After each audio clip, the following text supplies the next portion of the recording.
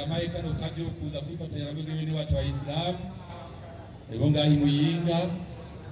None rero Imana yacu ni haga icubahiro ni ninahazwe imyaka yose twikomera amashimwe cyane gose.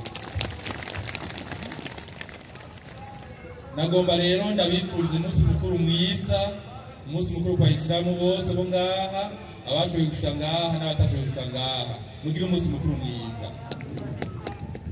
Ijambo rya kabiri, twaje ngaha kugira ngo twerekane ubucuti dusanzwe dufitaniye n'abayisilamu. Jewe nkabura amatari w'intara naho kumbure ntari mu Islam, ariko mu bikorwa nkora bisa n'ibyo abisilamu mukora, kuko burya umuyisilamu mwiza, umukatolika mwiza, umupentekoti mwiza bose usanga bakora ibisa, kuko twese duhamagarirwa gukora ibyiza kugira ngo ubuzima turimo ntibuzoherere ngaha, inyuma y'ubuzima hari ubundi buzima. Nibyo twemera. Iyo tuba ubuzima turimo inyuma y'ubuzima atabuhari naho watonda gusenga.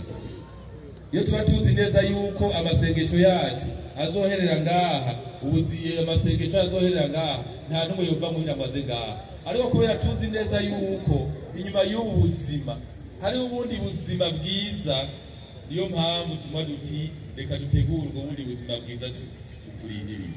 None rero nagomba ndabipfuza umunsi mukuru mwiza, ariko kandi nkengurukira cyane abarongoye indongozi zanyu zishasha, kuko murazi neza yuko muherutse kwinagura. Turaronka indongozi muri Buhumuza, turaronka indongozi ngaha mu ntara muri komine, ariko n'ayandi makomine yose aronka indongozi.